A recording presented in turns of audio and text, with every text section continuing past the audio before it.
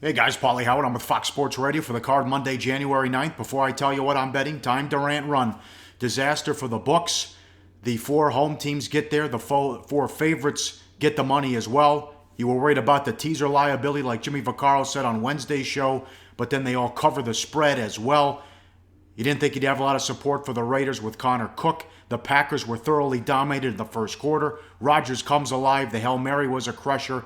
The Steeler game stayed under, which helped a little bit. They get the money. And, of course, what happened Saturday night with Seattle as well. Largest margin of victory in the wild card round since they went to the current format in 1990. And then let's see what happened after some of these games. Steelers win. They got to as high as 2.5 at the Westgate. And then RJ tweeted this. Big Ben's walking around in a boot. And then here comes all the Kansas City money. They're now favored at home Sunday morning, the early game. And also, you're going to hear a lot about this. Andy Reid, 19-2 off the bye, regular season and the playoffs. The Packers, Rodgers connects on his third Hail Mary in the last two seasons. That's why it's hard to bet an under today's NFL. That is 6-0 with 3 minutes left in the second quarter. Goes over the total. Rodgers 4 touchdown passes. The drops, Beckham, Shepard, ton of drops for the Giants. And the defense, not having DRC was huge. I mean, you lose Montgomery and Nelson, and they still go up and down the field. Certainly no DRC in the slot, everything shallow crossing routes. Didn't have an answer for Cobb or Adams. We'll see if Nelson and Montgomery can go. That did not look good for Montgomery when he went out in that game. Dallas a 4-point favorite in a monster matchup the late game Sunday afternoon. And Seattle-Atlanta's a dynamite game, a rematch of the matchup earlier in Seattle. And the Patriots, 16. Maybe it's good. That might go to 17 in no time at home against the Texans. They've had no problem taking care of the Texans at home over the years. Just the stats on Rodgers, just incredible what he was able to do. And the parlay liability, the teaser liability out there for the books. There was one, David Purdom, ESPN Chalk, tweeted, the last thought before the Green Bay game will be okay as long as it's not Packers and over. Unbelievable. And the Dolphins, first team in NFL history to lose 4 straight playoff games by 14 points or more. I don't know why Roethlisberger was in the game, let alone why are you throwing the ball.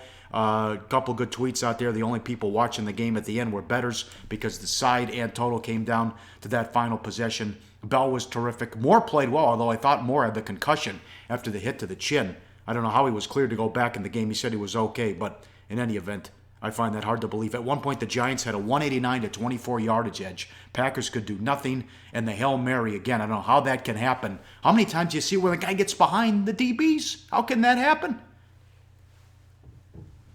51.5 that total, too, with the Packers and the Cowboys. All right, here we go. The rematch. It was 45-40 last year. Watson had 400 yards and 4 touchdowns. Also 70 yards rushing. Coker had 300 yards. Howard had 200 yards receiving. There was a 95-yard kickoff return, of course, by Bama. The biggest play of the game. Remember, Clemson had the lead going into the fourth quarter. Was the surprise onside kick by Saban. Afterwards said we couldn't stop him. That's why we had to do it and bring it up. 6.5, 7-point dog here. Depends where you shop. And it's going to be just like a Super Bowl where you take the dog to win if you like Clemson and you lay it with Alabama if you like the favorite. Plenty of money coming in on the under in this one as well. And Hurts trying to become the second true freshman ever to win it all. Holloway did it in 1985. Time to tell you what I'm betting. Plenty of big feature pro picks up there. 7 guys have a strong play on tonight's game. So just go to pregame.com and click on the buy picks as there's so many guys up there with opinion on the rematch coming up tonight. We had a winner Saturday. Pros couldn't agree on a game Sunday. Winner with the Texans. Look for something later in the week as we get going with college basketball. And these NBA games continue to fly over as well, which that'll bring us to the free play. Betting half a unit is always on the free play. These have been hot because these games keep flying over in the NBA. So why not? Bulls, OKC over, 207.5. Bulls better without Rondo. Get them on the bench. And they've played well the last few games, and they're scoring a ton of points. Butler's been terrific as well. Let's go over 207.5 in that one. I've ranted. Now I'm going to run. Good luck out there. We'll talk to you Tuesday. Who's going to win the college football championship? We'll talk to you then on pregame.com.